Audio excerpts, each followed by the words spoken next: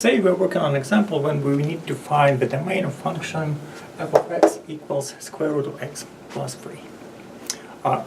If we look at the function, then we see expression square root. An expression under square root should be at least 0.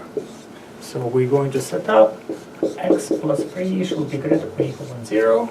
Subtracting 3 from both sides, we get x greater or equal than minus 3. So we're ready to write down the domain.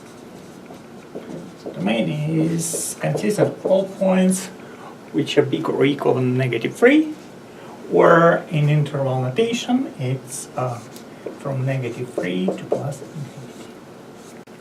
In that example we want to find out the domain of function g of x equals 3 over x squared minus 4. If we look at the expression, then we have a fraction. For fraction to be defined, the denominator should not be equal to 0. So in our case, x squared minus 4 should not be equal to 0. So x squared should not be equal to 4. So x should not be equal to positive 2 or negative 2. And therefore, domain will consist of all points which are not equal to 2 or negative 2. And in interval notation, we can write it down as, so we want to exclude positive and negative 2. So we want to write it down from negative infinity to negative 2. Negative infinity to negative 2. Plus from negative 2 to 2. Negative 2 to 2. Plus from 2 to positive infinity. That's the answer for this problem.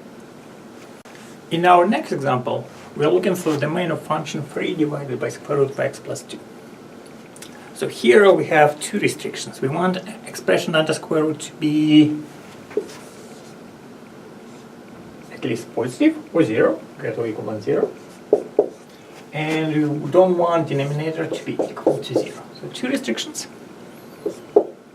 So we can put them together by saying that expression under square root is greater or equal than 0, but also not equal to 0, so it's strictly greater than 0. So expression under square root, which is x plus 2,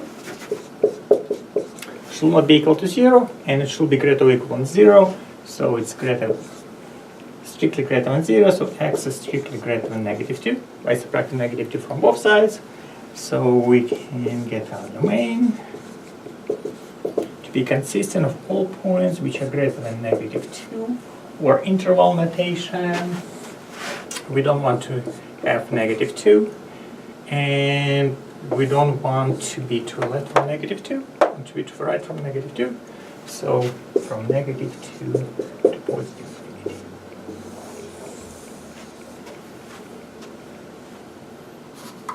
In this example, we are looking for the domain of a function f of x, which is 7x squared minus 9 minus x, over x minus 3 times square root of x plus 1.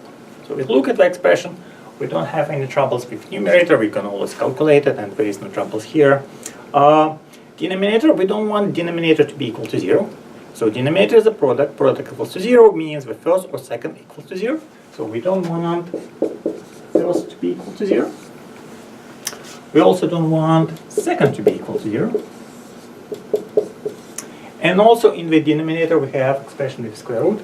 So we also want expression under square root to be at least 0. So if you look at